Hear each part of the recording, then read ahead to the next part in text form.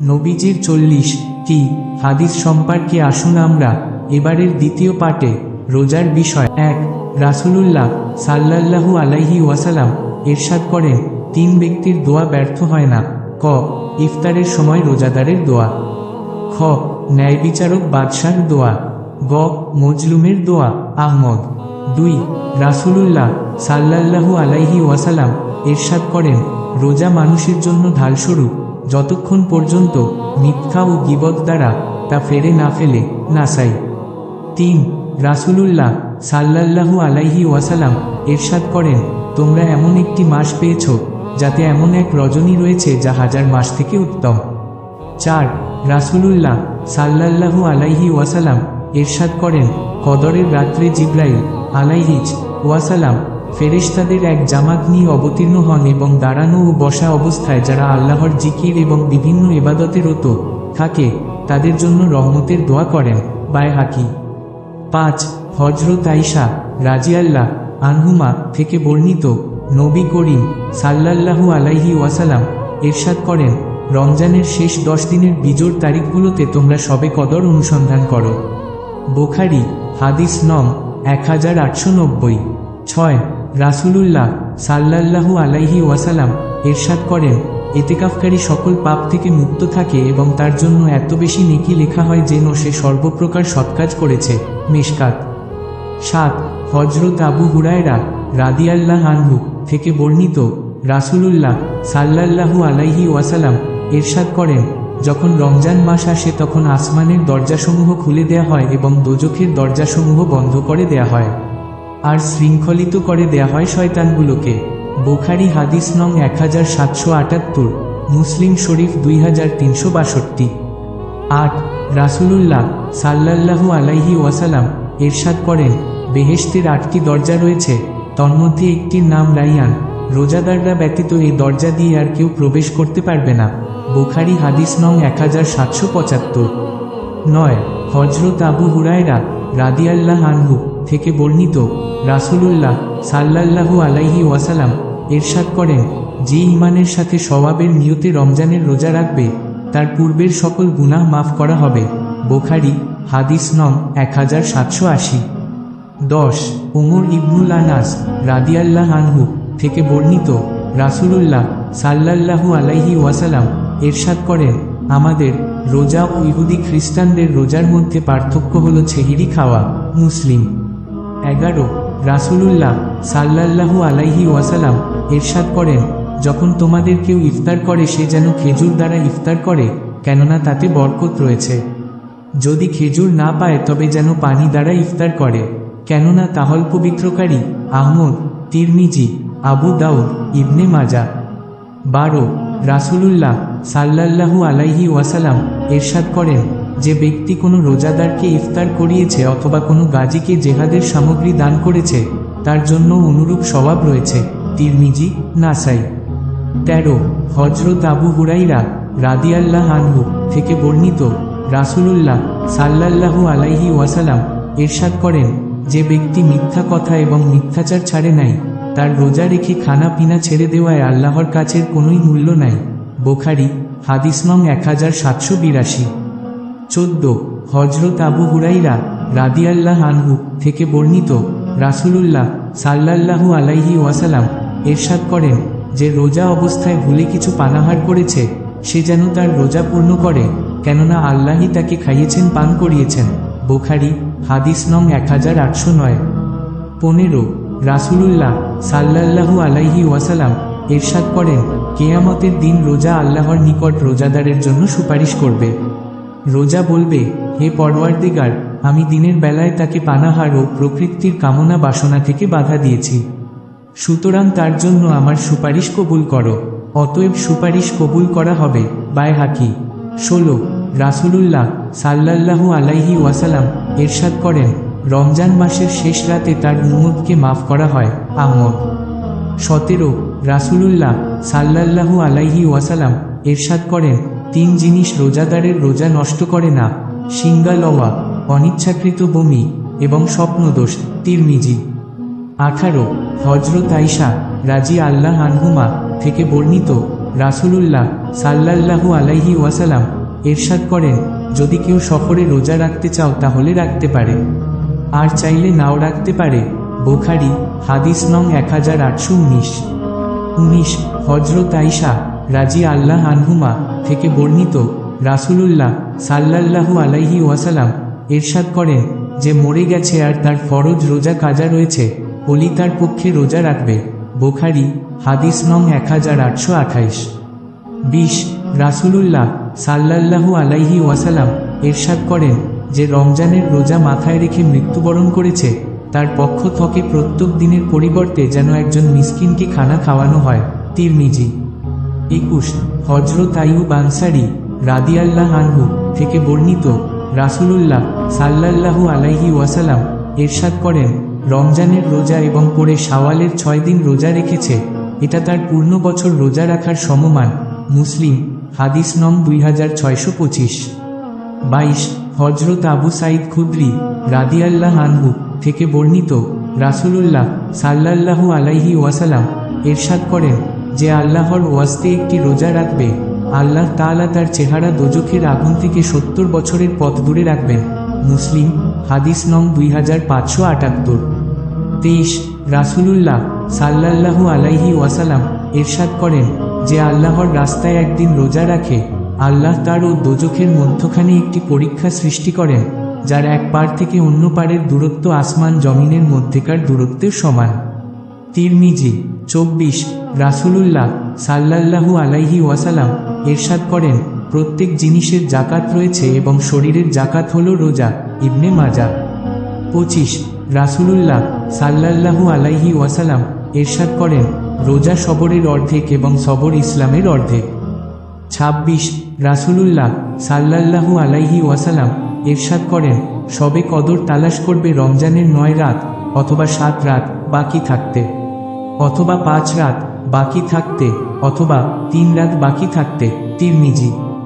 27 হযরত আয়েশা রাদিয়াল্লাহু আনহুমা রাসূলুল্লাহ সাল্লাল্লাহু আলাইহি ওয়াসাল্লাম এর নিকট জিজ্ঞাসা করেন, যদি আমি বুঝতে পারি সবে কদর কোন তারিখে, তখন আমি কি করব?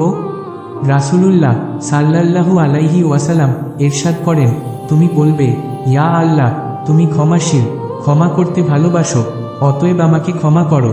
আহমদ ইবনে মাজাহ। তিরমিজি। 28 রাসূলুল্লাহ সাল্লাল্লাহু আলাইহি ওয়াসাল্লাম ইরশাদ করেন, রমজান মাসের রোজা উমরা হজ্জের সমান। বুখারী মুসলিম। 29 হযরত আবু হুরাইরা রাদিয়াল্লাহু আনহু থেকে বর্ণিত, রাসূলুল্লাহ সাল্লাল্লাহু আলাইহি ওয়াসাল্লাম ইরশাদ করেন, যে ব্যক্তি রমজানের রাতে তার বিশেষ তারাবিহ নামাজ ঈমানি প্রেরণায় উদ্বুদ্ধ হয়ে সওয়াবের আশায় আদায় করবে, তার পূর্ববর্তী সব গুনাহ মাফ হয়ে যাবে। বুখার হাদিস নং 1883 এবং 30 নং হাদিস থেকে 50 নং হাদিস বুখারী শরীফ হতে উদ্ধৃত। 30 হযরত আব্দুল্লাহ ইবনে ওমর রাদিয়াল্লাহু আনহু কর্তৃক বর্ণিত, তিনি বলেন, আমি হযরত নবী করিম সাল্লাল্লাহু আলাইহি ওয়াসাল্লাম কে বলতে শুনেছি, তোমরা রমজানের চাঁদ দেখলে রোজা রাখো এবং শাওয়ালের চাঁদ দেখলে ইফতার করো, আর যদি আকাশ মেঘাচ্ছন্ন থাকে তাহলে 30 দিন হিসাব করো। বুখারী হাদিস নং 1779। 31 হযরত আবু হুরাইরা রাদিয়াল্লাহু আনহু কর্তৃক বর্ণিত, হযরত নবী করিম সাল্লাল্লাহু আলাইহি ওয়াসাল্লাম বলেছেন, যে ঈমান ও বিশ্বাস সহকারে সওয়াবের আশায় সবে কদরে নামাজ পড়বে এবং রমজানের রোজা রাখবে, তার অতীতের সকল গুনাহ ক্ষমা করে দেয়া হবে। বুখারী হাদিস নং 1887। 32 হযরত আবু বকর রাদিয়াল্লাহু আনহু তার পিতা থেকে বর্ণনা করেন, হযরত নবী করিম সাল্লাল্লাহু আলাইহি ওয়াসাল্লাম বলেছেন, এমন 2টি মাস আছে যার উভয়টি ঘাটতি অর্থাৎ 29 দিনে হয় না, আর তা হল ঈদের 2টি মাস রমজান ও জিলহজ্জ। বুখারী হাদিস নং 1791। 33 হযরত আবু হুরাইরা রাদিয়াল্লাহু আনহু কর্তৃক বর্ণিত, হযরত নবী করিম সাল্লাল্লাহু আলাইহি ওয়াসাল্লাম বলেছেন, তোমাদের কেউ রমজানের 1 দিন বা 2 দিন পূর্বে রোজা রাখবে না, তবে কেউ প্রতি মাসে এই তারিখে রোজা রাখতে অভ্যস্ত হলে তবে রাখতে পারো। বুখারী হাদিস নং 1793। 34 হযরত সাহল ইবনে সাদ রাদিয়াল্লাহু আনহু কর্তৃক বর্ণিত, তিনি বলেন, আমি বাড়িতে পরিবার পরিজনের সাথে সেহরি খেতাম। সেহরি খাওয়ার পর হজরত নবী করিম সাল্লাল্লাহু আলাইহি ওয়াসাল্লাম এর সাথে ফজরের নামাজ পড়ার জন্য তাড়াহুড়া করে খেতাম। বুখারী হাদিস নং 1798। 35 হজরত জাইদ বিন সাবেত রাদিয়াল্লাহু আনহু কর্তৃক বর্ণিত, তিনি বলেন, আমরা হজরত নবী করিম সাল্লাল্লাহু আলাইহি ওয়াসাল্লাম এর সাথে সেহরি খেয়েছি। তারপর তিনি নামাজ পড়তে দাঁড়িয়েছেন। বর্ণনাকারী বলেন, আমি জায়েদ ইবনে সাবেত রাদিয়াল্লাহু আনহু কে জিজ্ঞেস করলাম, সেহরি ও আজানের মাঝখানে কত সময়ের ব্যবধান ছিল? তিনি বললেন, 50 আয়াত পাঠ করার মতো সময়ের ব্যবধান ছিল। বুখারী হাদিস নং 1799। 36 হজরত আনাস ইবনে মালিক রাদিয়াল্লাহু আনহু কর্তৃক বর্ণিত, হজরত নবী করিম সাল্লাল্লাহু আলাইহি ওয়াসাল্লাম বলেছেন, তোমরা সেহরি খাও, কেননা সেহরি খাওয়ায় বরকত লাভ হয়। বুখারী হাদিস নং 1801। 37 উম্মুল মুমিনিন হজরত আয়েশা রাদিয়াল্লাহু আনহুমা কর্তৃক বর্ণিত, তিনি বলেছেন, রোজা অবস্থান হজরত নবী করিম সাল্লাল্লাহু আলাইহি ওয়াসাল্লাম তার কোন কোন স্ত্রীকে চুমু দিতেন এ কথা বলে তিনি হেসে দেন।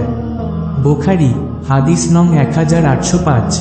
38 হজরত আব্দুর রহমান রাদিয়াল্লাহু আনহু থেকে বর্ণিত, তিনি মারওয়ানকে জানিয়ে দেন, উম্মুল মুমিনিন হজরত আয়েশা ও উম্মে সালামা রাদিয়াল্লাহু আনহুমা তাকে বলেছেন, হজরত নবী করিম সাল্লাল্লাহু আলাইহি ওয়াসাল্লাম রাত্রে স্ত্রী সহবাসজনিত নাপাকি নিয়ে নিদ্রা যেতেন এবং এই অবস্থায় ফজরের নামাজের সময় হয়ে যেত, তিনি গোসল করতেন এবং নিয়ত করে রোজা রাখতেন।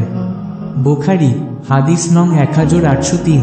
39 উম্মুল মুমিনিন হজরত আয়েশা রাদিয়াল্লাহু আনহুমা বর্ণিত, রমজান মাসে স্বপ্নদোষ ছাড়াই হজরত নবী করিম সাল্লাল্লাহু আলাইহি ওয়াসাল্লাম এর ফরজ গোসলের প্রয়োজন থাকা অবস্থায় ফজরের ওয়াক্ত হয়ে আসত, তিনি গোসল করতেন এবং রোজার নিয়ত করতেন। বুখারী হাদিস নং 1808। 40 হজরত আবু হুরায়রা রাদিয়াল্লাহু আনহু কর্তৃক বর্ণিত, নবী করিম সাল্লাল্লাহু আলাইহি ওয়াসাল্লাম বলেছেন, রোজাদার যদি ভুল করে কিছু খায় বা পান করে, তাহলে সে যেন রোজা পূর্ণ করে, কেননা আল্লাহ তাআলার ইচ্ছায় সে পানাহার করেছেন। বুখারী হাদিস নং 1809। 41 হজরত আব্দুল্লাহ ইবনে আব্বাস রাদিয়াল্লাহু আনহু কর্তৃক বর্ণিত, নবী করিম সাল্লাল্লাহু আলাইহি ওয়াসাল্লাম ইহরাম এবং রোজা অবস্থায়ও সিংহা লাগিয়েছেন। বুখারী হাদিস নং 1814। 42 উম্মুল মুমিনিন হজরত আয়েশা রাদিয়াল্লাহু আনহুমা কর্তৃক বর্ণিত, তিনি বলেন, হামজা ইবনে আমরুল আসলামী রাদিয়াল্লাহু আনহু অধিক মাত্রায় রোজা রাখতে অভ্যস্ত ছিলেন। তিনি নবী করিম সাল্লাল্লাহু আলাইহি ওয়াসাল্লাম কে বললেন, আমি সফরেও রোজা রেখে থাকি। নবী করিম সাল্লাল্লাহু আলাইহি ওয়াসাল্লাম বললেন, সফর অবস্থায় তুমি ইচ্ছা করলে রোজা রাখতে পারো, নাও রাখতে পারো। বুখারী হাদিস নং 1819। 43 হজরত আবু সালামা রাদিয়াল্লাহু আনহু কর্তৃক বর্ণিত, তিনি বলেন, আমি আয়েশা রাদিয়াল্লাহু আনহুমা কে বলতে শুনেছি, আমার উপর রমজানের কাজা রোজা থাকত, কিন্তু শাবান মাস আসার পূর্বে আমি তা আদায় করতে পারতাম না। ইয়াহইয়া বলেন, নবী করিম সাল্লাল্লাহু আলাইহি ওয়াসাল্লাম এর খেদমতে অধিক ব্যস্ত থাকার কারণে তিনি কাজা রোজা আদায়ের অবকাশ পেতেন না।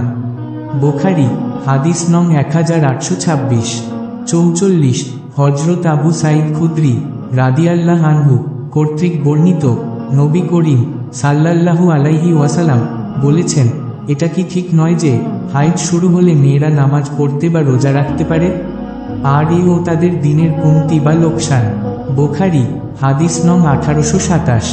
45 উম্মুল মুমিনিন আয়েশা রাদিয়াল্লাহু আনহুমা কর্তৃক বর্ণিত, নবী করিম সাল্লাল্লাহু আলাইহি ওয়াসাল্লাম বলেছেন, মৃত ব্যক্তির উপর রোজার কাজা থাকলে মৃতের ওয়ারিশগণ তার পক্ষ থেকে তা আদায় করবে। বুখারী হাদিস নং 1828।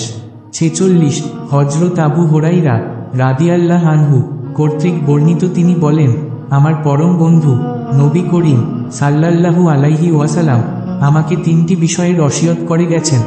1 আমি যেন প্রতি মাসে 13, 14 ও 15 তারিখে 3টি রোজা রাখি। 2 চাশতের সময় 2 রাকাত নামাজ আদায় করি। 3 রাত্রে নিদ্রা খাওয়ার আগেই যেন বেতেরের নামাজ আদায় করি।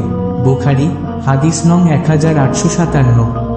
47 হযরত আবু হুরায়রা রাদিয়াল্লাহু আনহু কর্তৃক বর্ণিত, তিনি বলেন, আমি রাসূলুল্লাহ সাল্লাল্লাহু আলাইহি ওয়াসাল্লাম কে বলতে শুনেছি, তোমাদের কেউ যেন কখনো শুধু জুমার দিনে রোজা না রাখে, তবে জুমার আগের কিংবা পরের দিনও যেন রোজা রাখে।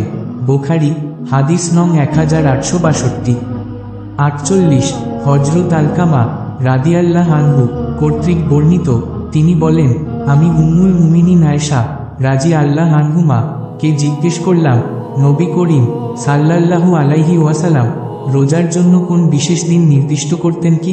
তিনি বললেন না, তার আমল ছিল স্থায়ী। নবী করিম সাল্লাল্লাহু আলাইহি ওয়াসাল্লাম এর মতো শক্তি সামর্থ্য রাখে তোমাদের মধ্যে এমন কে আছে?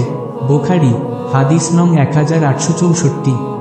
49 হযরত হিশাম বিন উরওয়া রাদিয়াল্লাহু আনহু কর্তৃক বর্ণিত, উম্মুল মুমিনিন আয়েশা রাদিয়াল্লাহু আনহুমা মিনায় অবস্থানের দিনগুলোতে রোজা রাখতেন এবং উরওয়াও এই দিনগুলোতে রোজা রাখতেন। বুখারী হাদিস নং 1250। আমার মুসলিম ভাই ও বোনেরা, আসুন আমরা প্রিয় রাসূলের শেখানো পথে চলি। মহান আল্লাহর অনিবার্য ধ্বংস থেকে নিজেদের রক্ষা করি। মহান আল্লাহ রাব্বুল আলামিন আমাদের বেশি বেশি নেক আমল করার তৌফিক দান করুন। আমিন। ভিডিওটি ভালো লাগলে একটি লাইক করবেন। এরকম নিত্য নতুন ভিডিও পেতে চ্যানেলটি সাবস্ক্রাইব করে ক্রাইম নিউজ অনলাইন সাথেই থাকুন।